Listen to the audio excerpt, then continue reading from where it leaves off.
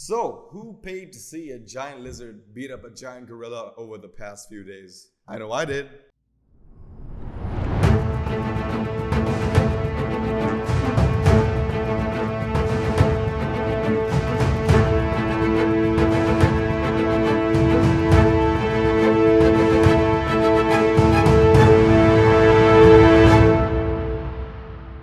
Hello, welcome to the TMR podcast. This podcast is special because I'm doing it on my own, and this is going to be the solo review for Godzilla vs. Kong, which is the latest monsterverse installment for Warner Brothers, I believe. Well, first off, it's fair to say that I did enjoy every monsterverse installment up until now.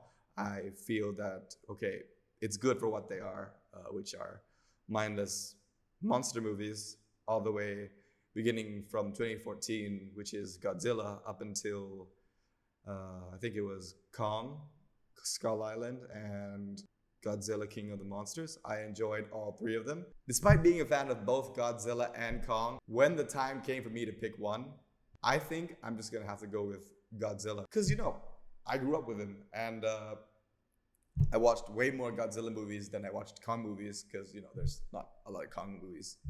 He usually ends up on top of the Empire State Building and eventually falls to his death, which is kind of sad. But, I feel that at the very least, Kong has a special place in quite a few people's hearts, including mine. And every movie I watch of him, I'm always on his side. But yeah, between the two, definitely Godzilla all the way. And yeah, I think we had to wait around 7 years for this movie, because before Kong was a thing, there was Godzilla back in 2014, and now, after a few installments, we're here with the culmination, which is Godzilla versus Kong. Is it good?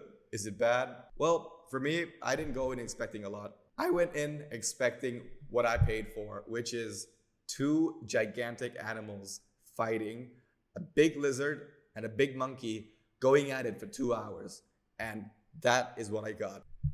First off, here are the positives. The first thing that I really liked about this film was the fight scenes. I think every fight scene was done very well. It was handled perfectly, filmed perfectly, and there were quite a few shots where the camera would be attached to either Kong or Godzilla's arms, and then when they throw a punch, you'd see the other falling down, which I thought was a very nice touch. The second thing, surprisingly, about this movie that I really enjoyed was Kong. I know what I just said. I am a Godzilla fan. I feel that in this film, they did Kong justice. He was the main character. This is much more a Kong film than it is a Godzilla film. And for what they made him, which was the hero or the protagonist of the film, I think they did a great job with him. Another thing that I really enjoyed about Godzilla vs. Kong is the dynamic between Kong and the kid. There's actually a kid in the film that Kong saved a few years ago from a storm and swore to protect her. She's deaf and she can communicate with him only through sign language. I think that was a really smart touch, really emotional touch, and I think that that's what made quite a lot of people side with Kong, and myself included. I felt for Kong more so than I did Godzilla, but me being a Godzilla fan, I had to side with the entity that I grew up with, I guess. Another thing that was surprisingly really good is the CGI. There are usually a few scenes in these kind of monster movies or CGI heavy movies where they tried to hide the CG by placing the shots during the nighttime. But with this, they don't hold back. There are many scenes in this hollow earth that look really gorgeous, and also a few scenes on our actual planet that look really nice. For example, there's the Battle of the Sea, or the Battle in Hong Kong. I thought that was done really nice as well. Now let's talk about what I didn't like about the film. First off, I can't believe I'm saying this, but I did not like Godzilla in this film at all. I know what I said. I am a Godzilla fan at heart, and I still am, but I feel this movie made him far more evil than he usually is. He's not usually this evil entity or this anti-hero. He's a majority of the time a protector for Earth.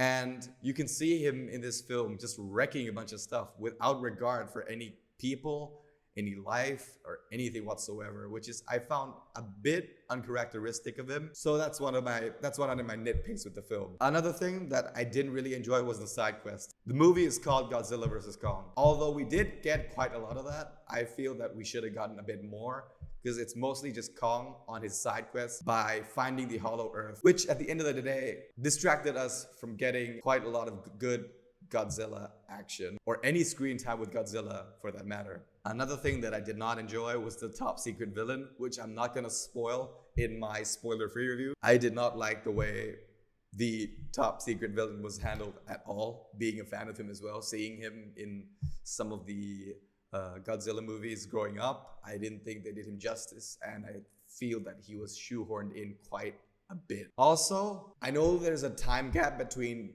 Godzilla King of the Monsters and this film.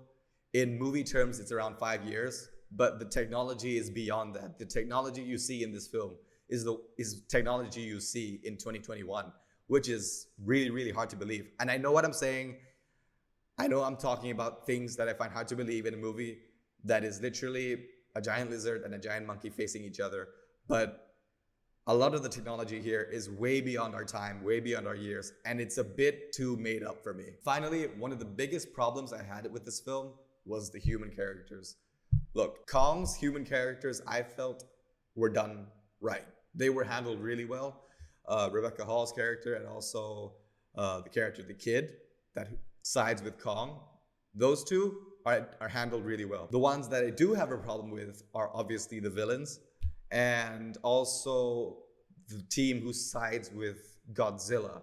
Look, all three of them are very talented. All three of them are very well known. I feel that they were just a bunch of, friends who happened to be at the right place at the right time, trying to help Godzilla instead of trying to, sympathize us with what he's trying to do, which I don't feel was right. At the end of the day, if you're going into this film wishing for a big, fat monster fight, that's what you're gonna get, and you won't be disappointed. But if you're hoping for anything more, unfortunately, you're not gonna find it here. Still, as a person who went in just to see two giant animals fight for around 2 hours and a bit, I think I got my money's worth. I did have a few issues with the way they handled Godzilla and the human characters, as well as the villain and the human villains as well. But aside from that, it's still an enjoyable enough time for you to check out. So that being said, I'm gonna give Godzilla vs. Kong a 6.5 out of 10.